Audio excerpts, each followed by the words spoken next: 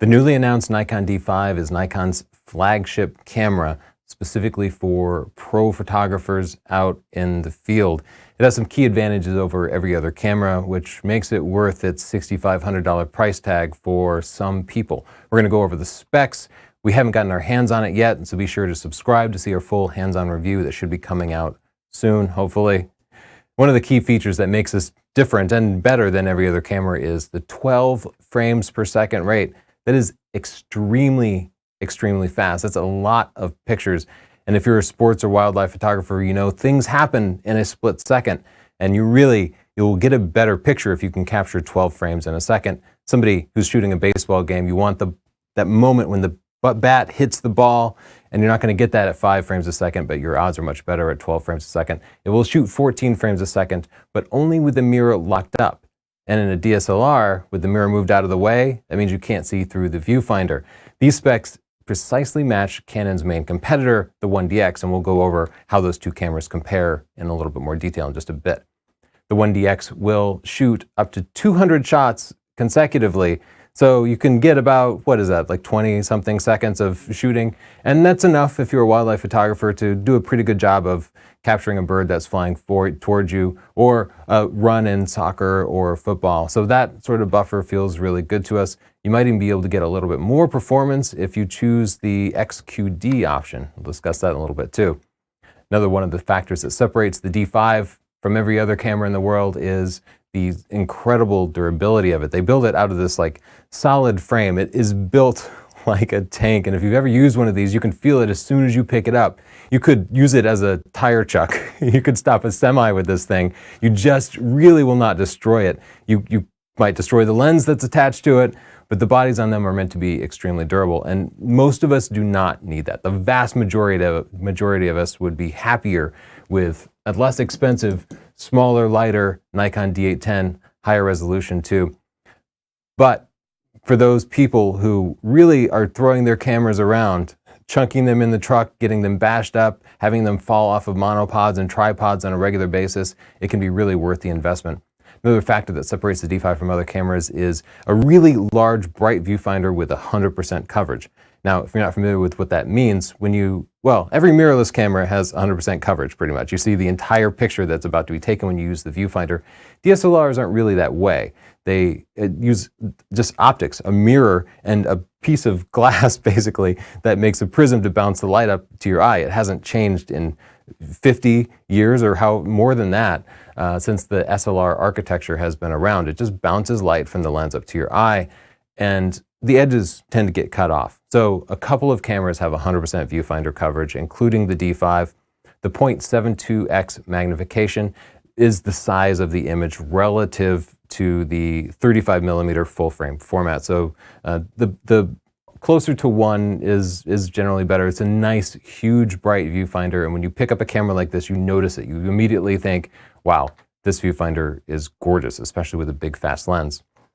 Another difference is the long-term durability of the camera. And cameras don't have a whole lot of moving parts nowadays, but one part in DSLRs is that shutter, which needs to go up and down for every single shot. They test this particular camera to 400,000 cycles. Now, I know this is an important factor for an awful lot of people when buying a camera, but me, I've never, ever broken a shutter. And I do an awful lot of wildlife, where with wildlife, you can often take 1,000 pictures in a single day. 1,000 pictures. So getting up to 100,000 or 200,000 shots really isn't that hard over the lifetime of a camera. Anyway, I've never managed to break a shutter on any camera, even inexpensive cameras, but it's nice to know that it's designed to be that durable.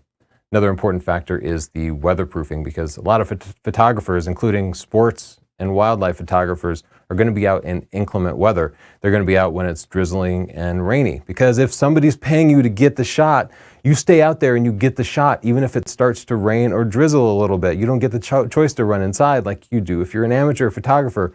So you stay out there and your gear gets wet, and you can try to cover it up. But what you really want is a camera that will withstand bad weather. Now, all cameras can handle a little bit of spray. What they can't handle is a good soaking. Now, you wouldn't want to dunk the D5 or any of these cameras, but it should be able to hold up to that sort of surprise weather that you might get, assuming you also have a weatherproof lens. And the high-end Nikon lenses should have that weather sealing that will complete it. Now, Nikon is kind of leading with this particular feature, 4K video, and before you get too excited, it's a really disappointing feature.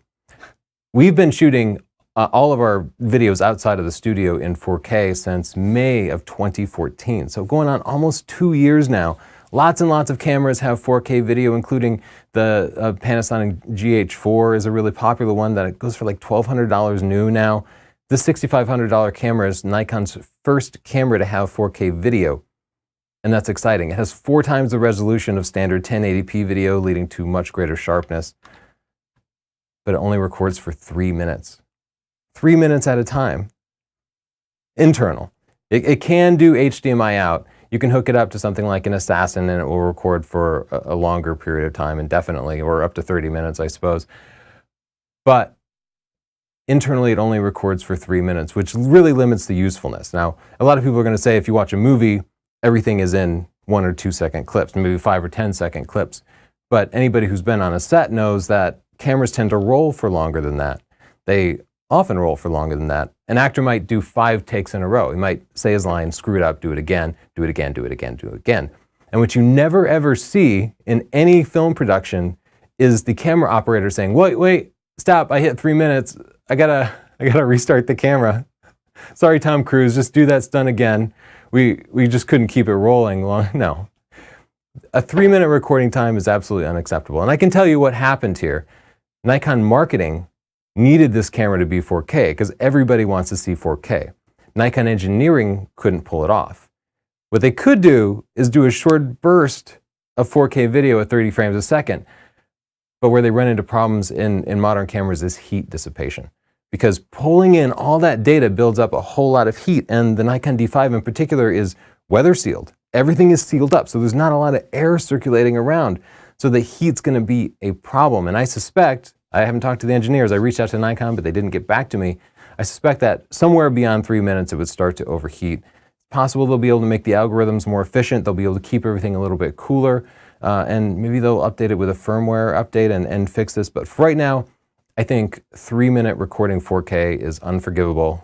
I cannot think of a single person who wanted to record 4K video that I would say, yeah, get the D5. It's a $6,500 camera.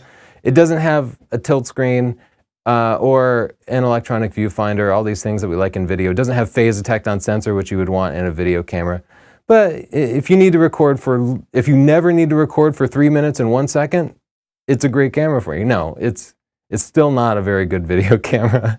It can do 1080p full frame. So a lot of people will say every real videographer is using an external recorder like the Atomos Assassin, which you hook up via HDMI and can record in full 4K.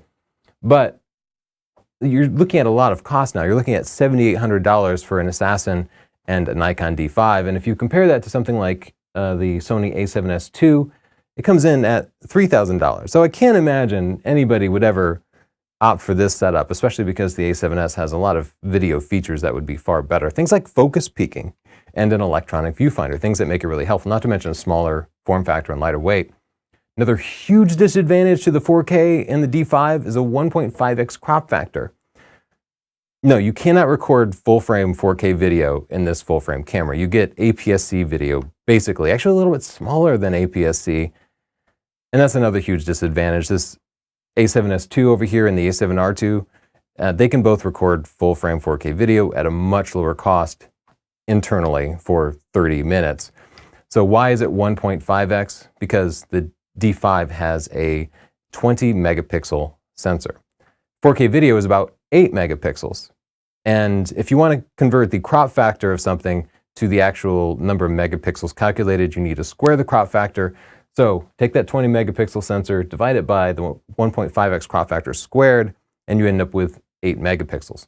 So what Nikon is doing is they're taking a 1 pixel by 1 pixel read of the 4K image in the center of the sensor. This kind of shows that. The darker orange line here is the actual 4K 3840 by 2160 center of the sensor.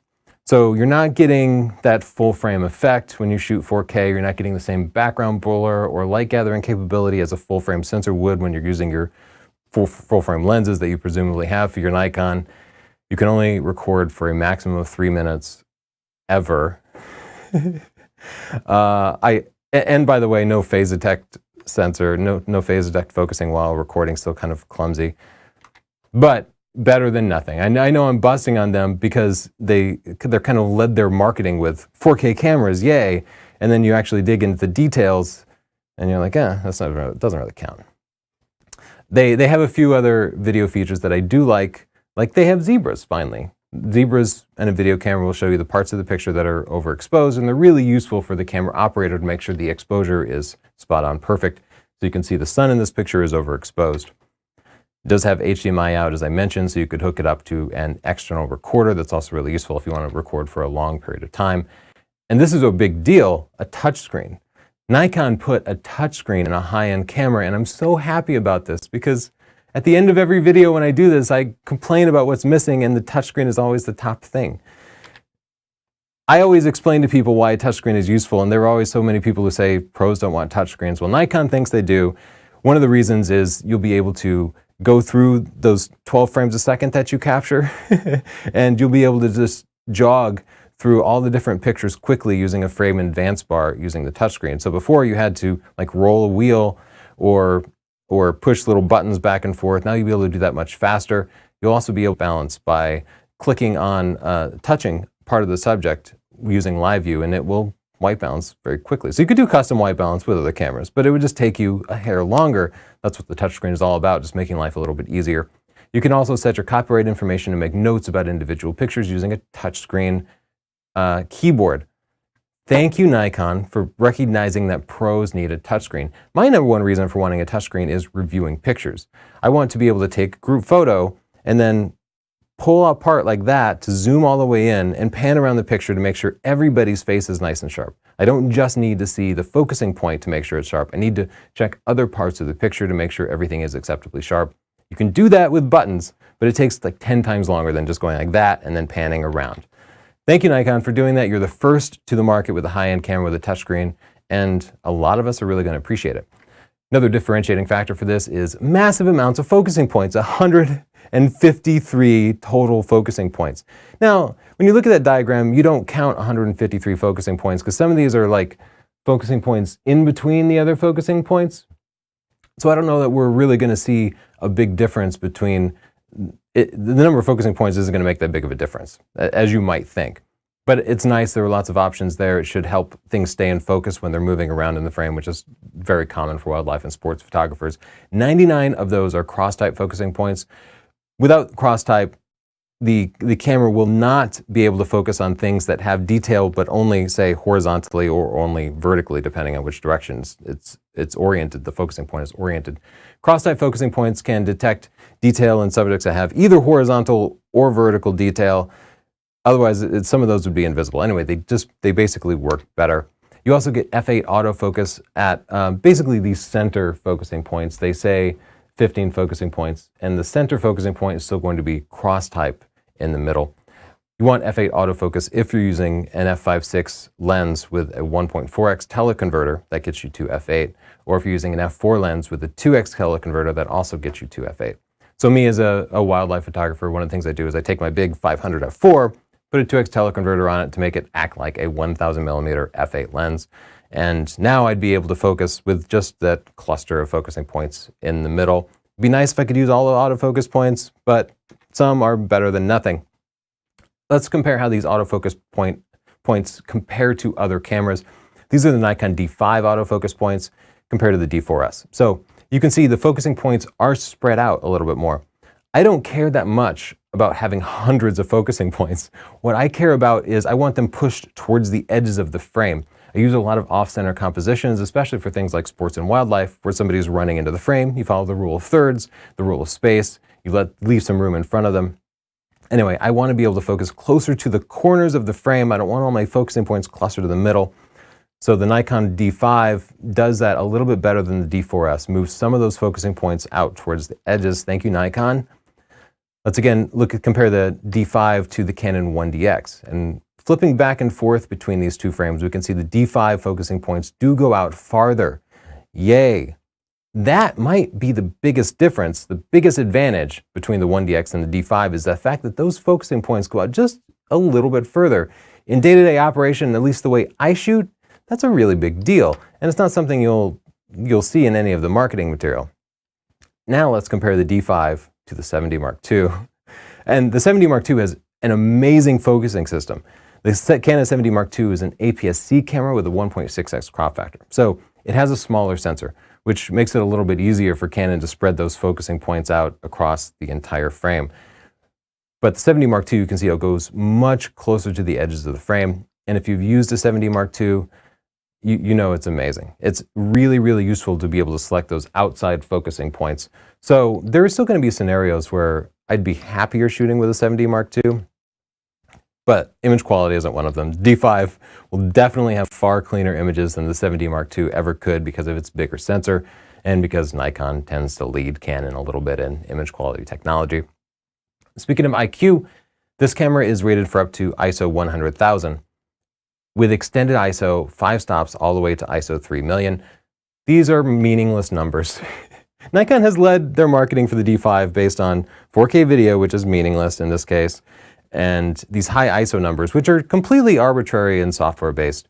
You could underexpose a picture at ISO 800 and then go into Lightroom and raise the exposure to be the equivalent of ISO 100,000 or 3 million or 20 billion or whatever. And in our experimentation, you will get pretty much the same image quality. I have never found that these constantly rising ISO limits actually equal better image quality even when shooting in really low light conditions. We often just underexpose pictures and then boost them in post. This is a technique from the old film days. So if you have a D4S, which has a limit of, I think, 50,000, just keep that D4S, shoot at 50,000, your pictures will be a stop underexposed, just boost them in post. It'll probably look exactly the same. One feature I think is really cool that they haven't been pushing is the autofocus fine tune. So I think too many people worry about micro adjustments to their focusing where you take a picture with a lens and it is always back focusing or always front focusing, just kind of always missing focus.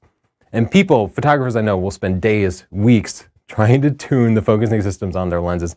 I don't do this. I think people, once you tune it a little bit, people will actually mistune it and then they really are missing focus and it ends up being this terrible cycle.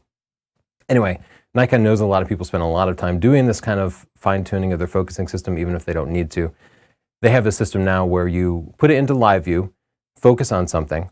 Live view focusing is always accurate because it's using the data read directly from the sensor rather than separate phase detect sensors, which are off the main sensor.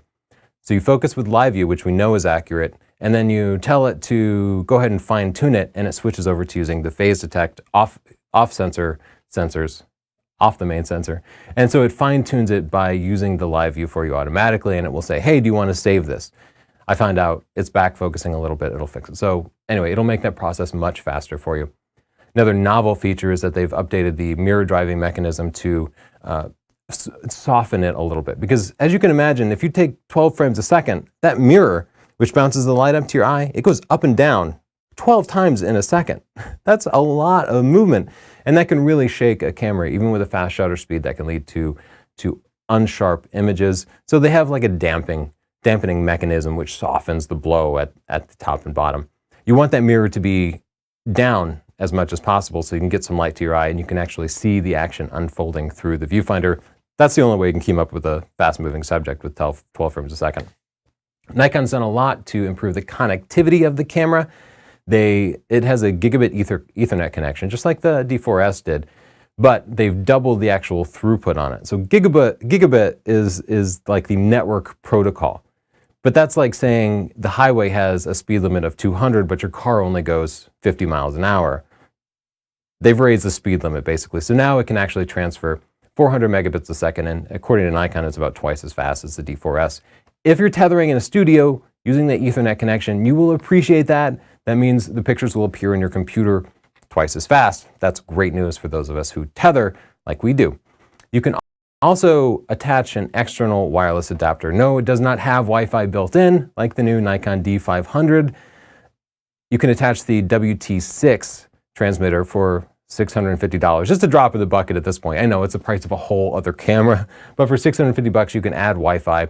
This is 802.11ac, which is a faster protocol. It's what we use internally here, and it actually is very fast. You can get over 100 megabits of transfer speed. So you should actually be able to use Wi-Fi in a pretty effective way, assuming you don't mind springing for this WT6. This is going to be really common in the professional scenarios where the D5 will be used. So there will be people at the sidelines of a sporting event using a D5 and a big telephoto lens, taking a picture of a football game, transferring the pictures back to the press room, where there's an editor going through their live stream of JPEG pictures streamed over Wi-Fi or via that Ethernet cable, and editing them out and putting them in real time on their web page or sending them out to the press. This can be, both of those connectivity options are very, very important for those kind of working pros. They also added illuminated buttons. If you do night photography, you know that as soon as the first time you do night photography comes, you realize you don't actually know the buttons on your camera. You're fumbling around, you're using your smartphone as a flashlight trying to remember which button is for ISO and which is for the info. Anyway, they're backlit. It's a great idea, a very novel idea. I really appreciate that. They're also making a point of offering a lot of remote control options for this camera. They want people to be able to remotely trigger their camera, spread them around the room so you have 4 or 5 cameras in different places, and synchronize them so you could trigger multiple cameras at a single time. One way to do that is with the WR1 remote control, which also sells for $650, because that seems to be the magic price point, where if you're buying a $6,500 camera, they're like, nobody will notice 10% extra. Here's a scenario they provided where a photographer taking pictures of a gymnast sets up a remote camera to get a second angle. Every time he hits the shutter, they'll both fire. That's kind of nice. And you could even set the remote camera to do the 14 frames a second. Since you're not looking through the viewfinder, you don't really need to care. All that for $6,500 coming in March of 2016, but you can pre-order it now at sdp.io/D5. Use that link. We get a few pennies out of every dollar. I'd appreciate it. That goes to B&H. So who is the D5 for? Not most of you. It's for a very small portion of the market, and those people probably already know it because they're probably already using a D4S or Canon 1DX. I don't actually foresee a lot of people moving from the D4S to the D5, nor from the 1DX. There are some improvements. Going from 10 frames a second on the D4S to 12 frames a second is 20% more pictures, and that can make a big difference. So we might see some people moving for that reason. If you need those connectivity options or the remote control options, you need those, and you will change. 4K video, not especially compelling. The touchscreen is a nice to have. Another option that it has is you don't get to choose between one of 2 models, either a camera with dual CF cards or dual XQD cards. I can never say that right. They are essentially the internal storage, the film of the camera, but the XQD is simply faster. It just unloads a little bit faster. They also tend to be proportionally more expensive, but they're not outrageously expensive. If it were up to me and capturing pictures really fast was important to me, I would just get the XQD. But you probably already have a bunch of CF cards and maybe you don't feel like rebuying those. So it's nice that you have that option. In the Nikon D4, the difference in performance was, somebody else measured this, but the XQD would take 72 consecutive shots and the CF card would take 66 shots before it buffered. Just to give you some idea, that shows you that the camera is unloading the pictures from the buffer into the memory card faster, and therefore you actually get more consecutive shots because it's able to unload while you're actually shooting. Let's go over a couple of pictures to see how the D4S compares to the new D5. You'll see that they look almost identical. One difference you'll see is over here, there's an FN3 button. So there's a new function button on the back of the camera. So that's customizable. That's really nice. One of the things you can set it for is to specify a rating. I really like that because one of the things we loved about the Canon cameras, like the 5D Mark III and the 5DSR, is they have a rate button on them. And we use it all the time when you're taking pictures and you just want to remember that one picture is the best picture you've taken. You can find it later in Lightroom by hitting the rate button. So you can do that now on the Nikon. Fantastic. Looking at the top view, you can see they moved around a couple of buttons. Like the mode button is a little bit easier to access here. They also made the ISO button on the back, well, right here, a little bit easier. So it's right next to your finger because you just hit that button a lot. So they moved a couple of buttons. That'll be unfamiliar, but it'll be just as functional. The old Nikon D4S had 2 function buttons to the left of the lens over there. The D5 now has 3 function buttons. So you have an extra button. That's good. You could program it to just about anything that you want. To go over the specs, the D4S actually more expensive new right now, at least as far as I could find, it's $6,800, but it goes for about $4,200 used. It's only a 16 megapixel camera, so it has fewer megapixels. You get substantially more detail out of the D5. By the way, why do these cameras have fewer megapixels than the 36 megapixel D810, even though they cost more? Well, the answer is that sports photographers don't necessarily need to make poster-sized images. They're not making massive landscapes where they need all the detail possible. They're also not doing heavy cropping because they probably have a lens that allows them to fill the frame with their subject. But what is important to them is being able to send off massive numbers of pictures quickly to their editor, so the extra file size actually gets in their way. Now, if you're a landscape photographer or a wildlife photographer, it just depends on your workflow. Something like the D810 with its big files will give you noticeably more detail without any substantial penalty. So for those reasons, I push a lot of people with an unlimited budget over to the D810 instead of the D5. Another couple of differences, the D4S is limited to ISO 25,600, I said 50,000 earlier, whereas the D5 has a higher limit. We will have to actually test it to see if that makes any difference, because it could be totally artificial. I guarantee you the D5 is not 2 stops better image quality. No. At most, I predict it's going to be 20% better image quality. That would be a massive jump in technology. It'll probably be something a little bit less than that. The D4S only records 1080p at 60 frames a second. The D5 records 30 frames a second, or at 4K, but with a 1.5x crop factor and for a maximum of 3 minutes. The D5 technically has 3 times more autofocus points. I don't think that's a big deal. What I do like about it is the autofocus points are spread apart a little bit farther. The D5 will focus down to EV-4. That's a measurement of how much ambient light there is. So EV-4 is very, very, very, very dark. EV-2 is very, very, very dark. But theoretically, using that center autofocus point only, you'd be able to autofocus a little bit better in extremely dark conditions. The D5 buffer is rated for 200 shots, and the D4S is rated for 133 shots. Those are JPEGs, which are probably what most sports photographers are shooting. The D4S has a good metering system. The D5 has a better metering system. The D5's metering system, similar to that in the D810, can actually see faces, basically, and allow you to base the exposure on the face. It's a big deal. It's helped out our photography a lot on the D810, so we're glad to see that. They both have a 3.2-inch screen. However, the D5 has more than twice as much detail. They've packed in a lot more pixels into that display, so you'll be able to see more pixels when you're reviewing your pictures. As we mentioned, it's more than twice as fast with a wired or wireless internet connection. I got those backwards. The D5 is 130 megabits. The D4S is only 30. And the D5 has touchscreen and remote control capabilities.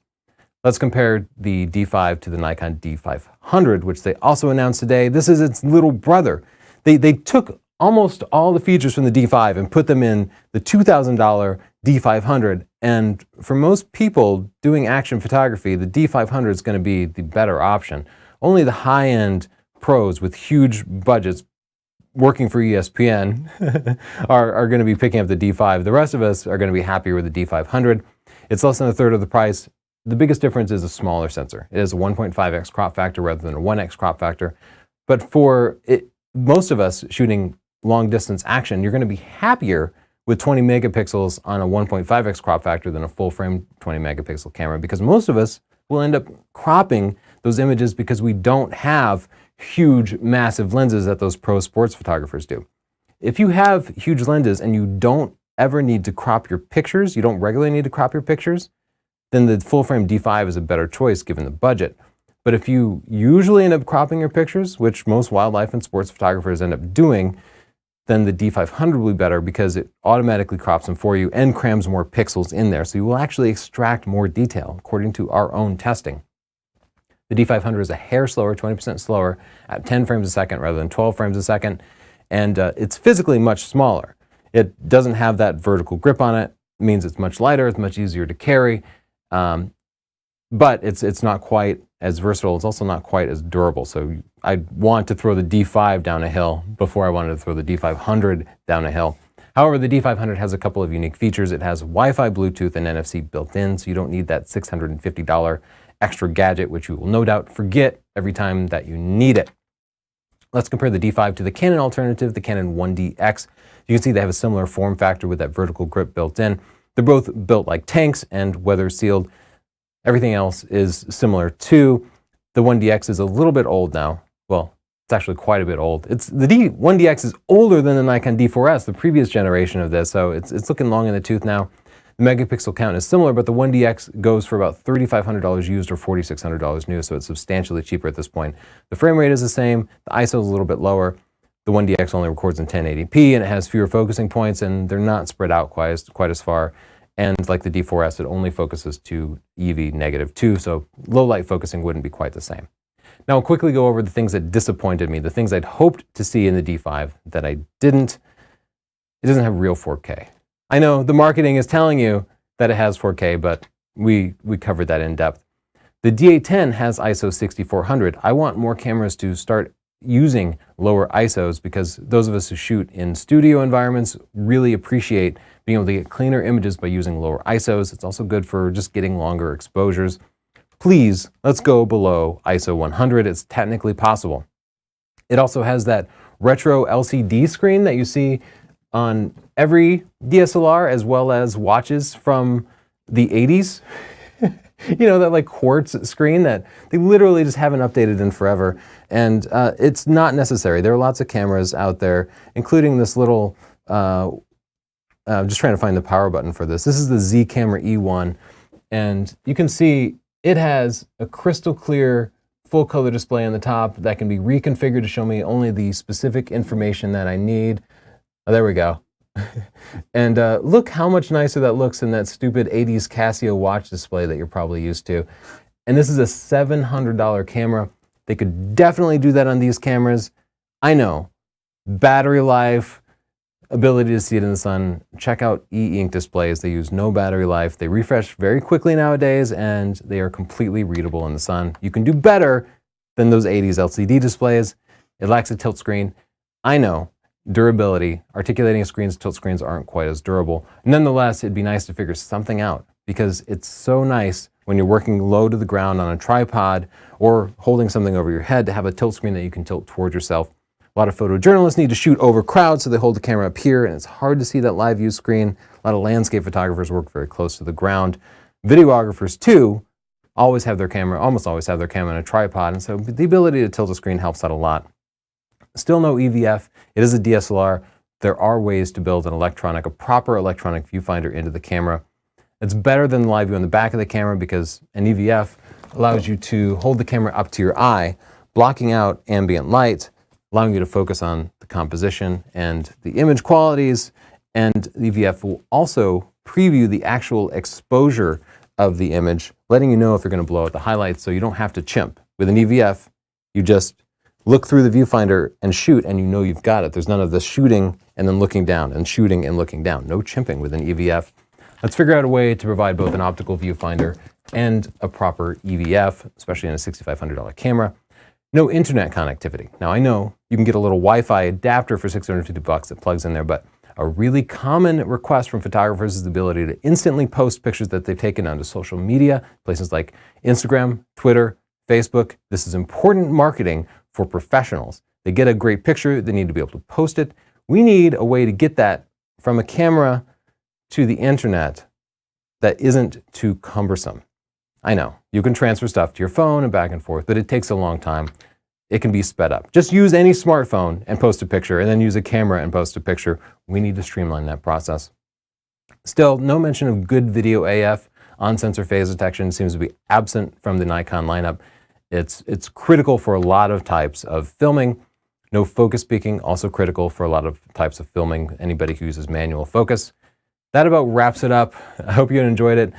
Give that a share, give it a like, subscribe to see our full review of the Nikon D5. Also subscribe to see our preview of the Nikon D500, which will be airing live in just a few hours. Thanks.